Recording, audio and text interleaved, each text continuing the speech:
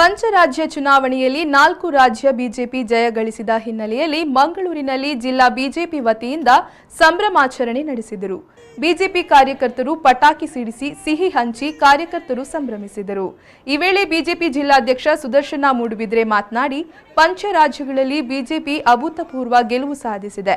ಮೋದಿ ಸರ್ಕಾರದ ಸಾಧನೆ ಹಾಗೂ ಯೋಗಿ ಆದಿತ್ಯನಾಥ್ ಅವರ ಮತ್ತೊಮ್ಮೆ ಅಧಿಕಾರಕ್ಕೆ ಬರುವ ಮೂಲಕ ಬಿಜೆಪಿಯನ್ನು ಜನರು ಬೆಂಬಲಿಸಿದ್ದಾರೆ ಎಂದು ಹೇಳಿದರು. ಮತ್ತೊಮ್ಮೆ ಇವತ್ತು ಈ ದೇಶದ ಮತದಾರ ದೇವರುಗಳು ಅವಕಾಶ ಮಾಡಿಕೊಟ್ಟಿದ್ದಾರೆ. ಇವತ್ತು ಭಾರತೀಯ ಜನತಾ ಪಾರ್ಟಿಯ ಈ ಹೊಸ ವರ್ಷದಲ್ಲಿ ಮತ್ತೊಮ್ಮೆ ಸುವರ್ಣ ಯುಗ ಇವತ್ತು ಪ್ರಾರಂಭ ಆಗಿದೆ.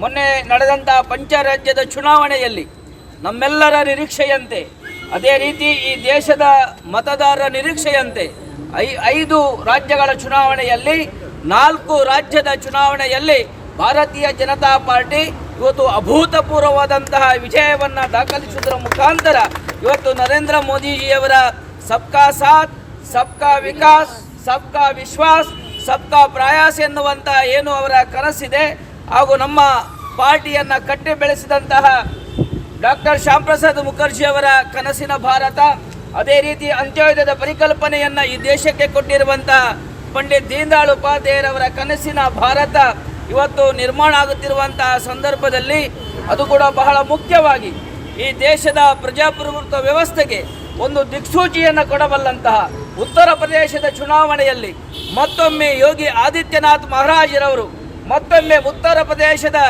ಪ್ರತಿಯೊಬ್ಬ ಮತದಾರರನ್ನ ಅವರ ಪ್ರತಿಯೊಂದು ಮನಸ್ಸನ್ನು ಗೆಲ್ಲುವುದರ ಮುಖಾಂತರ ಭಾರತೀಯ ಜನತಾ ಪಾರ್ಟಿ ಮತ್ತೊಮ್ಮೆ ಉತ್ತರ ಪ್ರದೇಶದಲ್ಲಿ ಅಧಿಕಾರದ ಗದ್ದುಗೆಯನ್ನು ಏರುವುದರ ಮುಖಾಂತರ 2024ನೇ ಚುನಾವಣೆ ಲೋಕಸಭಾ ಚುನಾವಣೆಯಲ್ಲಿ ಭಾರತೀಯ ಜನತಾ ಪಾರ್ಟಿಗೆ ಸಂಪೂರ್ಣವಾದಂತಹ ಬಹುಮತ ಬರ್ತದೆ ಎನ್ನುವಂತಹ ದಿಕ್ಸೂಚಿ ಇದು ಇವತ್ತಿನ ಈ ಪಂಚರಾಜ್ಯದ ಚುನಾವಣೆಯಲ್ಲಿ ಸಿಕ್ಕಿದೆ ಎನ್ನುವ ಸಂತೋಷವನ್ನು ಈ ಸಂದರ್ಭದಲ್ಲಿ ವ್ಯಕ್ತಪಡಿಸ್ತಾ ಈ ಸಂದರ್ಭದಲ್ಲಿ ಪಾಲಿಕೆಯ ಮೇಯರ್ ಪ್ರೇಮಾನಂದ ಶೆಟ್ಟಿ, ಮೂಡಾ ಅಧ್ಯಕ್ಷರಾದ ರವಿಶಂಕರ್ ಮಿಜಾರ್, ವಿಜಯಕುಮಾರ್ ಶೆಟ್ಟಿ, ಕಸ್ತೂರಿ ಪಂಜ ಸೇರಿದಂತೆ ಮೊದಲಾದವರು ಪಾಲ್ಗೊಂಡಿದ್ದರು.